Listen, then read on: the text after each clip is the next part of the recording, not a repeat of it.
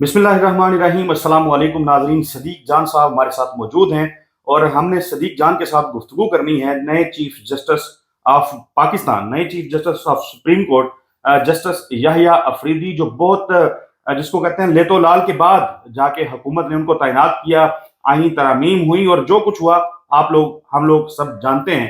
اب حکومت نے پس پردہ ان کے جس کو کہتے ہیں of camera justice Yahya Afridi کے خلاف بھی گفتگو جو ہے وہ شروع کر دی ہے۔ تاثر یہ مل رہا ہے کہ جیسے صدیق جان صاحب جو نئے چیف جسٹس ہیں، حکومت وقت نے فیصلہ کر لیا ہے کہ ان کے ساتھ بھی لڑائی کرنی ہے، محاذہ رائی کرنی ہے۔ اس کی وجہ آپ کو کیا نظر آ رہی ہے اور یہ پھر جا کس طرف رہے ہیں؟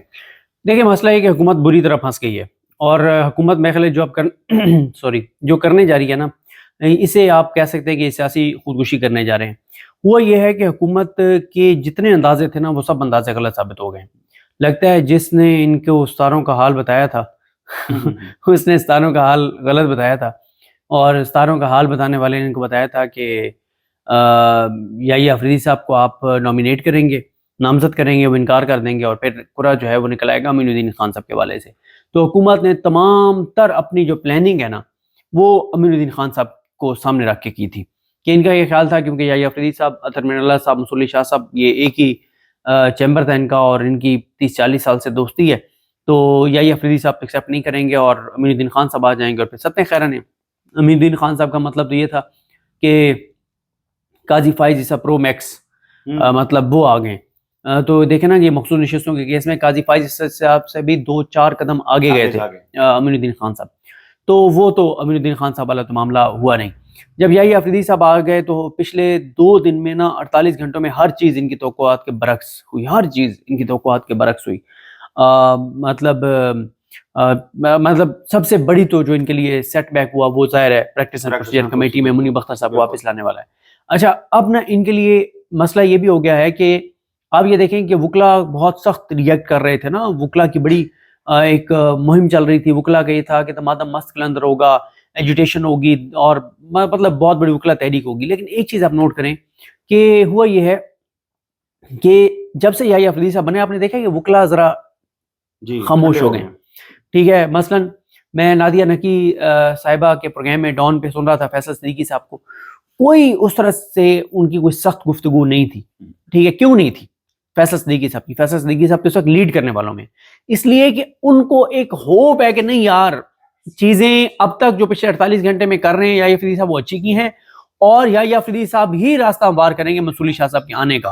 فیصل صدیقی صاحب کو یہ لگتا ہے کہ منصور علی شاہ صاحب کی واپسی کا راستہ یحییٰ افریدی صاحب ہی بنائیں گے، اور میں نے آپ کہا نا کہ اب تک تمام چیزیں پوزیٹو میں۔ آج حکومت کے لیے مسئلہ یہ ہو گیا ہے کہ یحییٰ افریدی صاحب جو ہیں ان کے خلاف ایک لفظ بھی نہیں بولا جا رہا، ایون کہ حیران کن طور پر یحییٰ افریدی صاحب جس پروسیس کے ذریعے آئے ہیں، ابھی اس پروسیس پہ بھی اس طرح سے بات چیت ہونا رک گئی ہے، سوال نہیں اٹھائے جا رہے۔ ٹھیک ہے، بلکہ لوگ کہہ رہے ہیں الٹا پڑ گئے ان کے اوپر کہ اگر منصور علی شاہ صاحب آ جاتے تو ان کے پاس ایک بہانہ تھا کہ یہ ان کے فیصلوں کو نہ مانتے، کھڑے ہو جاتے اور بندوق کی زور پہ یہ چیزیں کروا لیتے، اور اس میں کوئی شک نہیں ہے کہ بڑا مشکل ہوتا منصور علی شاہ صاحب کے لیے۔ ان کی تو سلیٹ صاف ہے بھائی، کوئی کنٹروورسی نہیں ہے، ماضی کا کوئی ان کا ایک فیصلہ نہیں ہے جس کا یہ کوئی کہہ سکتا ہے کہ یار یہ فیصلہ ان کا غلط تھا، کوئی چیز نہیں ہے۔ تو پھر ان کی حکومت کی بدقسمتی یہ کہ نہ صرف منصور علی شاہ صاحب اور منیب اختر صاحب نے ریزائن نہیں کیا، بلکہ یحییٰ صاحب ان کے ساتھ کھڑے ہو گئے، وہ یحییٰ صاحب کے ساتھ کھڑے ہو گئے، اور سب جج یحییٰ صاحب کے پیچھے کھڑے ہو گئے۔ یہ بھی ان کے لیے صرف ایک چیز دیکھیں، مین چیز تو یہی ہے کہ پریکٹس اینڈ پروسیجر کمیٹی جو بنی ہوئی ہے اس میں جسٹس منیب اختر کی واپسی صرف ہوئی ہے، تو صرف جسٹس منیب اختر کی واپسی ہونے سے ہی حکومت کے ہاتھ پاؤں جو ہے وہ کانپنا شروع ہو گئے؟ نہیں، صرف یہ مسئلہ نہیں ہے، اس میں تو سب سے بڑا مسئلہ ان کے لیے یہ ہو گیا نا کہ جس منیب اختر کو ہٹانے کے لیے، نکالنے کے لیے انہوں نے صدارتی آرڈیننس جاری کروایا تھا، وہ آرڈیننس بڑھ گیا نا۔ پھر دوسرا یہ ہے کہ اکثریت دوبارہ منصور صاحب کی اور منیب صاحب کی ہو گئی ہے نا، جو کیس وہ لگانا چاہیں وہ لگا سکتے ہیں۔ تیسرا یہ ہے کہ یہ منیب صاحب اور منصور صاحب کے چہروں سے نفرت ہے ان کو، ٹھیک ہے، وہ آ گئے، اور ان کا جو وزڈم ہے، ان کا جو ایک ہے، وہ سارا اب وہ کیسز لگائیں گے، وہ ان کے لیے مسئلہ ہو گیا۔ پھر صرف یہ مسئلہ نہیں ہے، پھر جس طرح سے فل کورٹ میٹنگ بلا لیا، یہ فل کورٹ میٹنگ 8-9 ماہ بعد ہونے جا رہی ہے۔ قاضی فائزہ نے جو ہے وہ 8-9 ماہ سے نہیں بلائی تھی فل کورٹ میٹنگ۔ پھر یہ ساری چیزیں، پھر یہ ہے کہ جس طرح سے ججز کے ڈگنیٹی کے حوالے سے انہوں نے بات کی ہے، اور انہوں نے کہا انتظامات اختیارات کی تقسیم کے حوالے سے انہوں نے بات کیا ہے، پھر ATC کے ججز کو انہوں نے بلایا ہے. یہ ساری چیزیں حکومت کے لیے سب چیزیں پریشان کن ہیں، ہر چیز الٹی پڑ رہی ہے، ہر چیز الٹی پڑ رہی ہے اس حکومت کے لیے. اب اسی لیے یہ کیا بات کر رہے ہیں، یہ کہہ رہے ہیں جناب اب ان کی جو ممکنہ طور پہ مجھے جو لڑائی نظر آ رہی ہے نا، ان کی پہلی لڑائی تو میرا خیال ہے یحییٰ آفریدی صاحب سے اس بات پہ ہو جائے گی کہ یہ اگر پریکٹس اینڈ پروسیجر میں چینجنگ کے لیے کوئی آرڈیننس جاری کریں گے، اس میں یہ کریں گے کہ یہ کہیں گے کہ جناب آئندہ جو کمیٹی کے ممبرز ہوں گے وہ چیف جسٹس پاکستان کے بعد وہ دو جج ہوں گے ان کے بعد جو سینیئرٹی میں آتے ہیں، یعنی یہ آرڈیننس کے ذریعے تبدیلی کر دیں گے، منیب صاحب اور منصور صاحب کو آؤٹ کر دیں گے. اور یہ اب عدلیہ سے نا مطلب یہ اب یعنی عدلیہ کو اپنی انگلی کے اشارے کے اوپر نچانے کی کوشش ہے.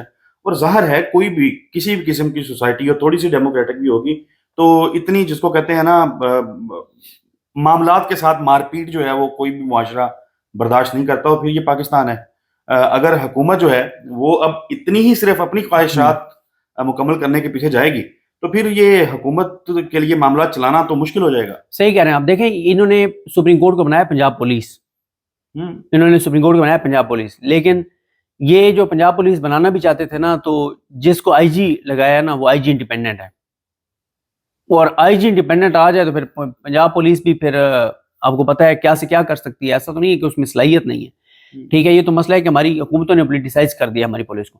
انہوں نے اپنے ماتحت ایک ذیلی ونگ بنا دیا عدلیہ کو.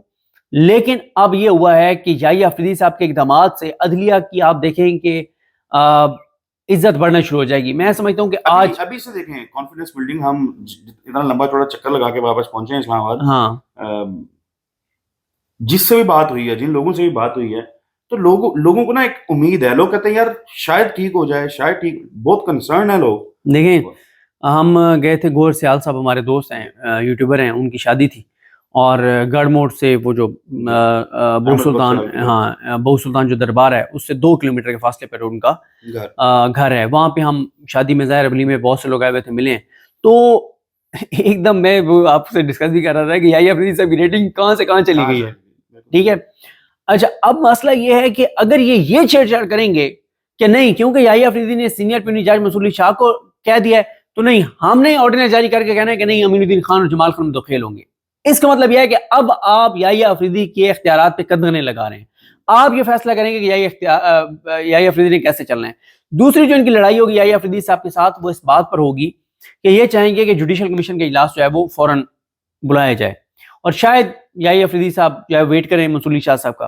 یہ ایک ان کی پھر لڑائی ہوگی. پھر تیسری ان کی لڑائی یہ ہو سکتی ہے کہ اب یہ پھنس گئے ہیں بری طرح سے نا کہ آئینی بینچ کا سربراہ یحییٰ صاحب کو لگاتے ہیں تو بھی مسئلہ ہے، نہیں لگاتا تو بھی مسئلہ ہے. لگاتے ہیں تو یحییٰ آفریدی صاحب نے جو 2 دن میں اقدامات کیے ہیں تو اس سے نظر آ رہا ہے کہ وہ کس طرف جا رہے ہیں، اور نہیں لگاتے تو اس کا مطلب ہے کہ اچھا آپ کو ابھی سے یحییٰ آفریدی پہ اعتماد نہیں ہے، یحییٰ آفریدی سے پنگا، ٹھیک ہے. پھر ان کو یہ بھی ہے کہ یہ چاہیں گے کہ آئینی بینچ میں منصور علی شاہ صاحب اور منیب اختر صاحب نہ ہو سکتا ہے سجیسٹ کریں یحییٰ آفریدی صاحب. اب یحییٰ آفریدی صاحب کے خلاف یہ ووٹ ڈالیں گے تو بھی مسئلہ ہوگا. دیکھیں ایک بات ذہن میں رکھنی چاہیے، وہ یہ ہے کہ ہم جو ماضی کی بات کرتے ہیں نا کہ یحییٰ آفریدی صاحب کا ماضی تو کچھ اور ہے اور وہ اس کے مطابق چلیں گے. اس وقت وہ ایک جج تھے، اب وہ چیف جسٹس پاکستان ہیں، اور چیف جسٹس پاکستان جو ہے وہ عدلیہ کا میں پوری عدالتوں میں ایک والد کی حیثیت رکھتا ہے، جس نے اپنے پورے ڈرائیو کرنا ہے اپنی عدالتوں کو، اس نے اس کا تحفظ کرنا ہے، اس نے انسانی حقوقی پامالیوں کو روکنا ہے، اس نے آئین کا تحفظ کرنا ہے، آئین کی امپلیمنٹیشن کروانی ہے، اس کے پاس اختیارات. دیکھیں ثاقب نثار صاحب ہے نا، ثاقب نثار صاحب کا آخری 1 سال نکال دیں، 1.25 سال نکال دیں، تو ثاقب نثار صاحب تو مطلب جو ان کی جورسپروڈنس تھی وہ بالکل مختلف تھی. لیکن ہوا کیا تھا آخری 1.25 سال میں جب یہ شریف خاندان اور ان کے ہواری، ان کے کرندے جب پاناما بینچ میں شامل ججز کو اٹیک کر رہے تھے، اور خاص طور پہ ایک جج کی بیٹی کے حوالے سے چیزیں انہوں نے کی. یہ دیکھیں یہ ہیں تو گھٹیا اور نیچ ہے نا، یہ ہمیشہ مطلب وہ کام کرتے ہیں جو کوئی بھی تصور بھی نہیں کر سکتا. ان کی ایک میٹنگ میں ایک جج صاحب کی بیٹی کے حوالے سے ڈسکس ہوا کہ اس کی کوئی چیز وائرل کر دی جائے، اور آپ کو پتہ ہے اس خاندان کی جو شریف خاندان اور ان کی ہواری ہیں، ان کی جو اسٹرینتھ ہے نا وہ ہے فیک تصویریں بنانا، جیسے بے نظیر بھٹو کی بنائی تھی. یعنی انہوں نے اس وقت بے نظیر بھٹو کی ننگی فیک تصویریں بنائی تھیں جب کوئی تصور بھی نہیں کر سکتا تھا کہ یار یہ چیز بھی ہوتی ہے، یعنی مطلب اس طرح کی. تو اس چیز میں تو یہ بہت ماہر ہیں. وہاں سے پھر جب آئی بات تو پھر ثاقب نثار صاحب کو اپنے ججز کے ساتھ کھڑا ہونا پڑا. جب کھڑا ہونا پڑا تو پھر وہ لڑائی شروع ہوئی، اور پھر وہ لڑائی کہاں سے کہاں نکل گئی. تو دیکھیں یحییٰ افریدی صاحب نا اب وہ چیف جسٹس پاکستان ہیں، ٹھیک ہے، انہوں نے اس کے مطابق اقدامات کرنے ہیں. آپ پریکٹس اینڈ پروسیجر میں چینجنگ کر کے ان کو کنٹرول کرنے کی کوشش کریں گے، آپ جوڈیشل کمیشن کے معاملے پہ ان کو کنٹرول کرنے کی کوشش کریں گے، سینئر پیونی کا آپ ان کو بتائیں گے، آئینی بینچ کا سربراہ آپ ان کو بتائیں گے، آئینی بینچ کے ججز آپ ان کو بتائیں گے، آپ ان کی رائے کے خلاف جائیں گے، آپ ان کو کمزور کرنے کے لیے ججز کی تعداد بڑھانے کے حوالے سے قانون سازی کریں گے. تو ایسے عدلیہ نہیں چلے گی. ایسے عدلیہ مطلب یہ کوئی ڈرامہ ہے، کوئی مذاق ہے کہ پہلے آپ پریکٹس اینڈ پروسیجر لاتے ہیں، پھر آپ اس میں ایک آرڈیننس جاری کر دیتے ہیں، پھر آپ ایک اور آرڈیننس جاری کر دیں. یہ کوئی تماشا ہے؟ مطلب یہ ایسے نہیں چل سکتے یہ چیزیں. اگر یہ چلیں، یہ مجھے لگتا ہے کہ یہ لڑائی کرنے جا رہے ہیں اور ان کو خوف ہے فل کورٹ میٹنگ سے جو آج اب ہونے جا رہی ہے. اب دیکھیں نا فل کورٹ میٹنگ میں ایک چیز ضرور ڈسکس ہوگی، ایک چیز ضرور ڈسکس ہوگی. دیکھیں اسد چودھری صاحب، میں ایک چیز سوچ رہا تھا کہ قاضی فائز صاحب تو مکروہ اور نیچ اور غلیظ کردار تھا. اس نے پوری عدالت کو ذبح کر دیا، اس کی عزت کو، اس کی خودداری کو، اس کے مقام کو، اس کے مرتبے کو، ہر چیز کو ذبح کر دیا. جو اس کے ساتھ ہوا ہے، یحییٰ افریدی صاحب وہاں کھڑے تھے اور ہمارے کچھ ڈیجیٹل میڈیا کے دوستوں نے اس چیز کا احساس اور ادراک نہیں کیا کہ یار چیف جسٹس پاکستان یحییٰ افریدی صاحب کھڑے ہیں. مطلب وہ ایک جگہ پہ ایسا لگ رہا ہے کہ ہمارے ایک دوست کو یحییٰ صاحب کہہ رہے ہیں تھوڑا سائڈ پہ جائیں، وہ کہہ رہے ہیں تو سائڈ پہ ہو جا بھائی. مطلب ایسے افسوسناک ہے. ایک تاثر یہ مل رہا ہے اس ویڈیو کو دیکھ کے، چاہے یہ بات نہ ہو، بڑے ہمبل ہیں یحییٰ افریدی صاحب. دیکھیں سپریم کورٹ ٹکے ٹوکری ہو گئی ہے، ہم میں سے جو چاہتا ہے منہ اٹھا کے کسی بھی جج کے بارے میں کوئی بھی الفاظ ادا کر دیتا ہے. نہیں ہونا چاہیے نا. لیکن یہ دونوں طرف سے ہوگا. پہلے جوڈیشری کو اپنی عزت خود بحال کرنے کی طرف جانا ہوگا. بھائی آپ مجھے تو آپ بھائی چلیں، میں ایک رپورٹر ہوں، ایک عام شہری ہوں نا، میں ٹھیک ہے سخت بات کر دیتا ہوں، نہیں کرنی چاہیے لیکن کر دیتا ہوں. سکندر سلطان راجہ نے جو ذرائع سے خبریں چلوائیں منصور علی شاہ صاحب کے بارے میں اور 8 ججز کے بارے میں، اور ان ججز میں منصور علی شاہ صاحب، منیب اختر صاحب، عائشہ ملک صاحبہ، اطہر من اللہ صاحب، شاہد وحید صاحب، حسن اظہر رضوی صاحب، محمد علی مظہر صاحب، عرفان سعادت خان صاحب، 8 ججز کے بارے میں سکندر سلطان راجہ نے جو بلو دا بیلٹ خبریں جاری کروائیں اور تصحیح کی، تو سر پھر مجھے تو الزام نہ دینا. اچھا ایک اس میں اور اس کو میں صرف اتنا مکمل کر لوں.